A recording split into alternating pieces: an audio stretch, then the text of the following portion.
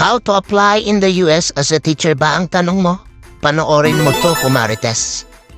Unang paraan para makapagturo sa US, direct hiring or yung tinatawag nating DIY. Ang ginawa ko po dati nung nag-apply ako sa direct hiring, ay nag-apply ako mismo sa website ng mga schools. Wow! Pero nahirapan akong makakuha ng principal interview. Isa lang ang nakuha kong principal interview sa direct hiring. At yon ay sa Baltimore County Public School. At syempre, hindi ko rin ito naipasa kasi hindi sila nag-i-sponsor. Pangalawang paraan ng direct hiring na ginawa ko ay nag-apply ako mismo sa mga visa sponsor kagaya ng EPI, TPG, GTP, FACES, IAG at GEC. Nasa approved stage ako ng mga visa sponsors na yan. Ang ibig sabihin nun, pwede nila akong isalang sa mga principal interview.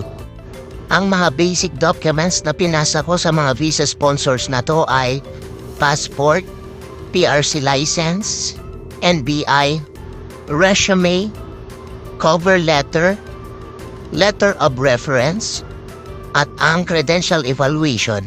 April 2023, I got a job offer from Granville County, North Carolina through EPI.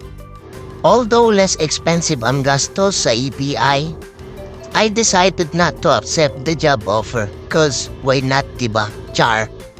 By that time kasi, on process na rin yung application ko sa pangalawang paraan para makapagturo dito sa US.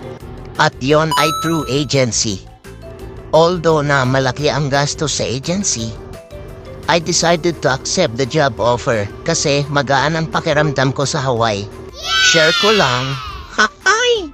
Sa mga nagtatanong kung ano yung agency ko, ito po ang kanilang Facebook page. Follow nyo na lang po. Disclaimer lang po, lahat ng sinabi ko sa video na to ay based on my own experience po. At sana po makatulong ito sa pag-apply nyo. Good luck! At dahil dyan, baka mapindot nyo yung share at follow. Cause why not, diba? Hi!